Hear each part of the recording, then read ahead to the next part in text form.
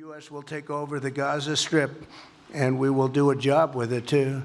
We'll own it and be responsible for dismantling all of the dangerous unexploded bombs and other weapons on the site, level the site and get rid of the destroyed buildings, level it out. Shalom, shalom, brothers and sisters. It's Pastor Tim. Today, I want to talk about what's going on with the Gaza. Will the United States take ownership of it, and what does that mean in the grand scheme of things?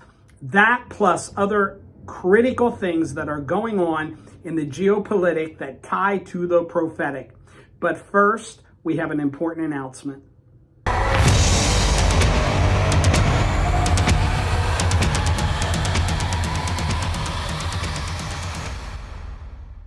Nothing in this video should be considered legal, political, medical, or financial advice.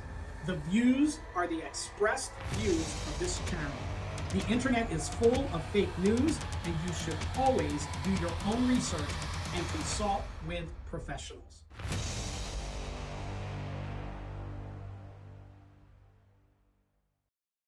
All right, before I get into this, I want to remind everyone, please make sure you're subscribed. I hear it all the time. I've been unsubscribed. Click the bell, click all, and do like and share our videos. So regarding the Gaza, now for those who have been watching, you know that there was the press conference between President Trump and Prime Minister Benjamin Netanyahu. In fact, PM Netanyahu is the first foreign dignitary to visit the Oval Office during this President Trump's time in office. I want to say during his second term. It is his second term, but it wasn't consecutive. So some of the questions that I'm getting is it a done deal? Will the U.S., have they all agreed, take control of the Gaza? And I want to say to you that while they have put that out there, while news medias like Reuters has already reported that the U.S. will take a long-term ownership of the Gaza, I don't believe it is an absolute done deal. And the reason I say that is, while the Trump administration has come in, guns a-blazing, and I mean that in a positive way, fulfilling campaign promises and coming alongside Israel, there are several facets of this that you need to know. One, while Prime Minister Benjamin Netanyahu is visiting the United States, President Recep Tayyip Erdogan of Turkey is hosting leaders of Hamas. By the way, I believe this administration needs to address that. That's outrageous. But Recep Tayyip Erdogan, the president of Turkey, has long been a proponent against Israel and is one of the nations of prophecy that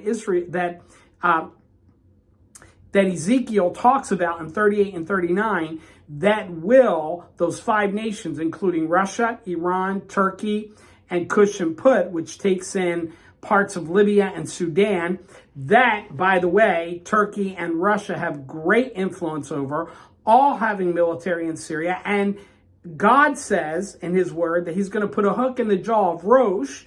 That would be the leader of Russia. He's going to cause them to come down, and they're going to attack Israel. I believe that hook in the jaw, I've been sharing this for a long time, are the natural resources off of the disputed area, the Golan Heights. And Israel occupies it, and they should. That's part of their territory that God established, the boundaries in his word. And I believe that's what's going to happen. We are watching prophecies from 25 to 2,800 years ago jump off the pages of the Bible. Now, regarding the Gaza, what President Trump has stated is truth, that it has been decimated. There are the underground tunnels. There are the explosives everywhere. And he has proposed that the 2.2 million Palestinians be accepted in other lands where they can have good lives, where they can be fruitful, meaning vegetation and have a good way of life. And I believe they probably want that. This is a really interesting scenario because I'm here. People are calling me, Pastor Tim, you say all the time, no man, no woman, no leader, no nation, and no League of Nations has the right to alter the boundaries that God established for himself and his people Israel.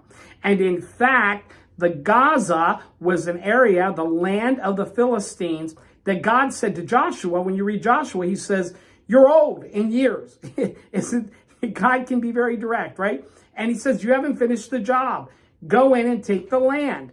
They hadn't taken the land, and it has been disputed. When the Jews lived there before President Bush convinced Prime Minister Ariel Sharon to give it up, land for peace, which has never worked. It was a mistake. They left. They grew. And this is a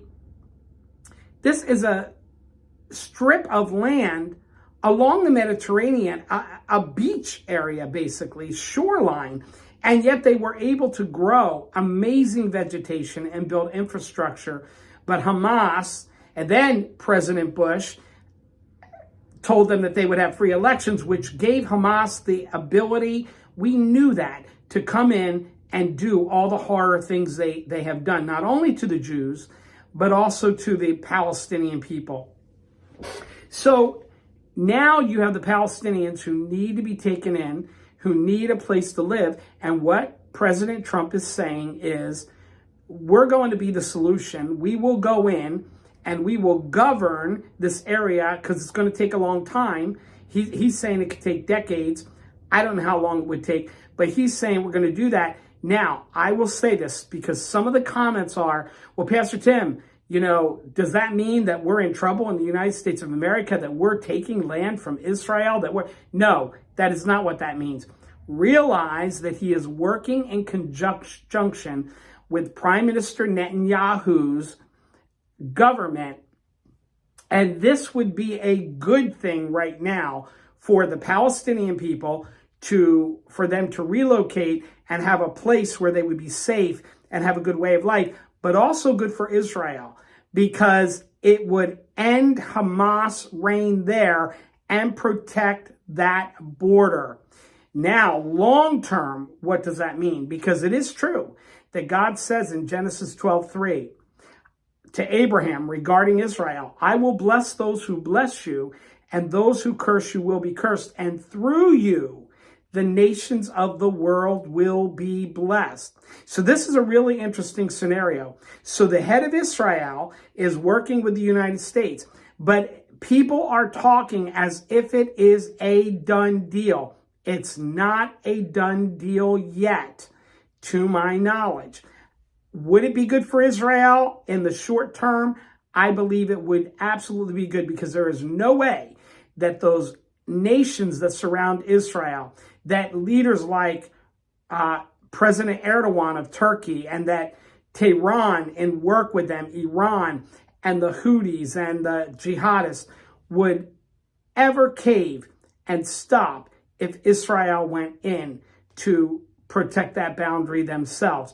But the U.S. under Trump's administration going in could be a very good thing. However, that's putting an even stronger target on the back of Trump. So no, I do not believe that God would frown on America for doing that. In fact, under the cooperation and the go-ahead by Israel, knowing that it is to protect Israel, that would be a good thing. Now, what happens is long-term down the road, and will we see it? Because come on, folks, let's be honest. We are the generation. We are that fig tree generation that is going to see the rapture of the church. Now, I'm hearing some broadcasters say, when they say peace and safety, yes, the Bible does say that. When they say peace and safety, sudden destruction, you have to remember to rightly divide the word. What time period to which people are those passages relevant? And it's talking about the tribulation period. Now, the tribulation is casting its shadow, so we're going to see remnants of that. Get it? But to rightly divide the word, 1 Corinthians 10:32 says, give no offense neither to the Jews, nor the Gentiles, nor the church.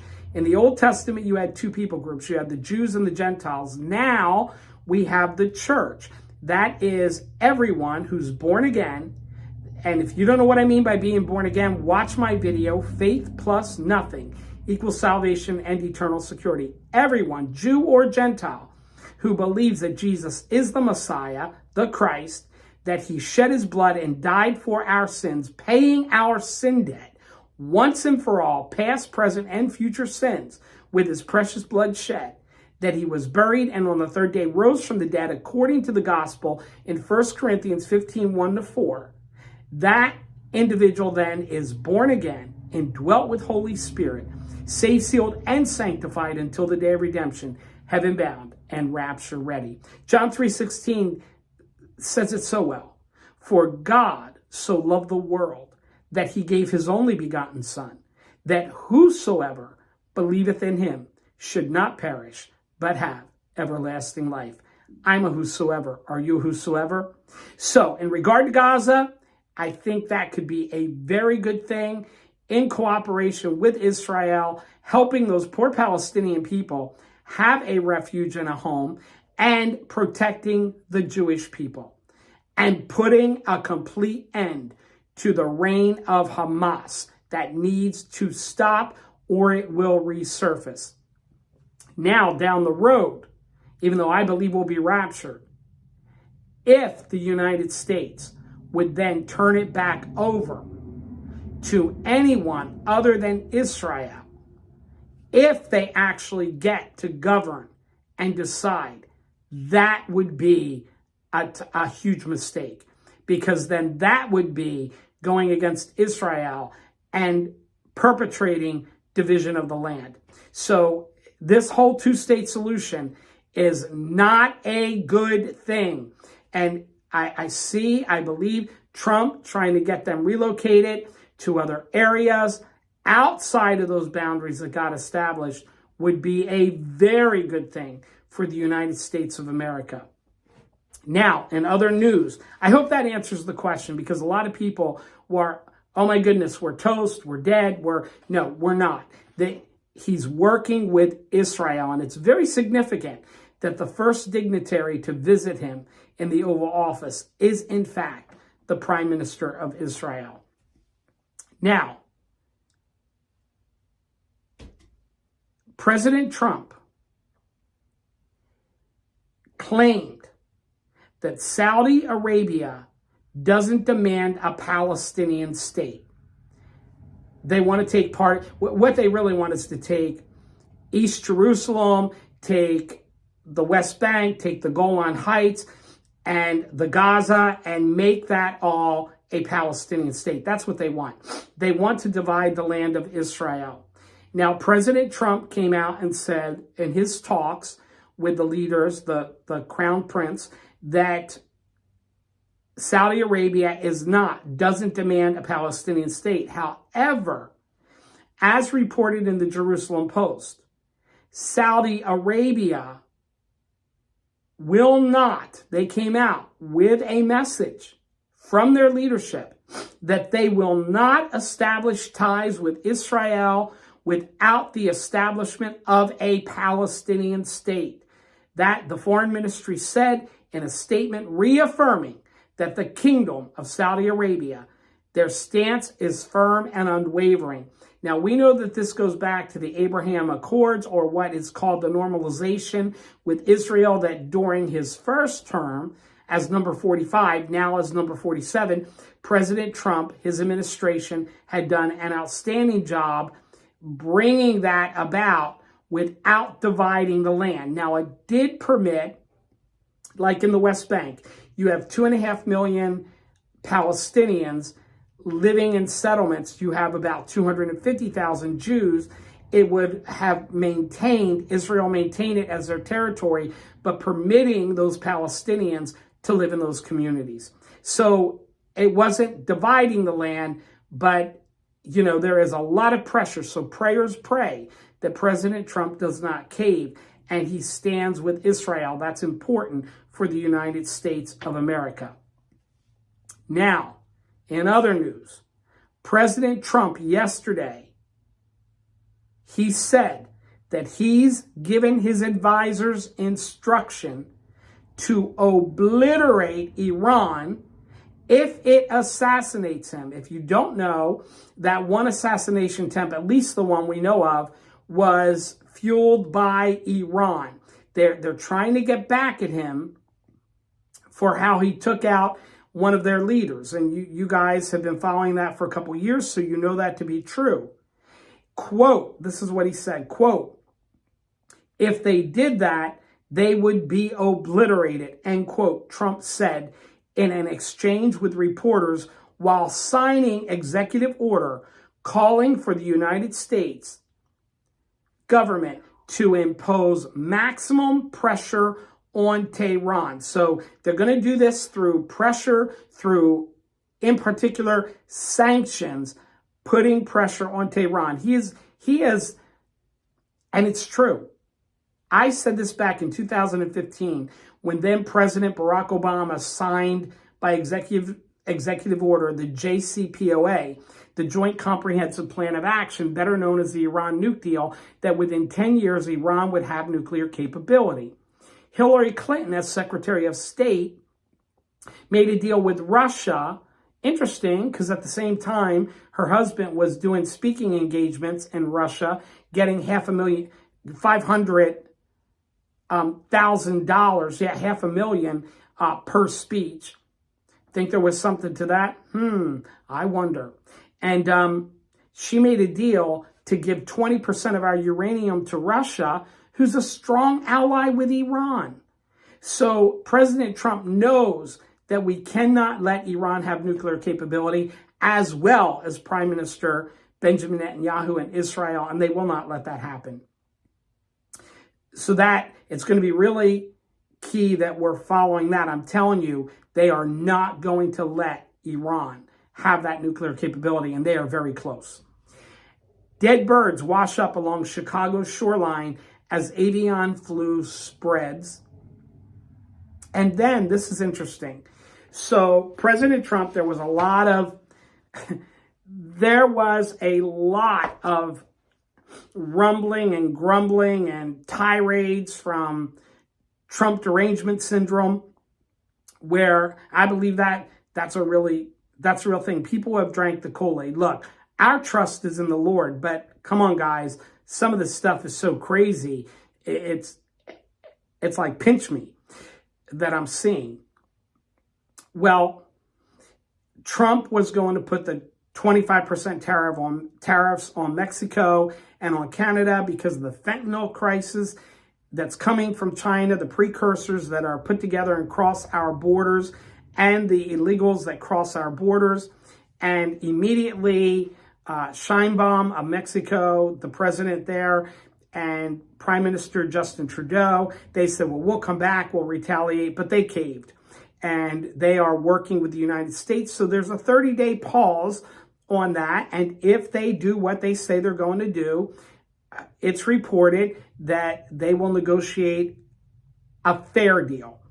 Well, Trump also is putting on 10% tariffs to China. And so China is saying that they're going to retaliate, but they have not caved at this point. I believe that they will. I believe that something will be worked out. But this is interesting. The United States Postal Service announces temporary suspension of inbound parcels from China and Hong Kong.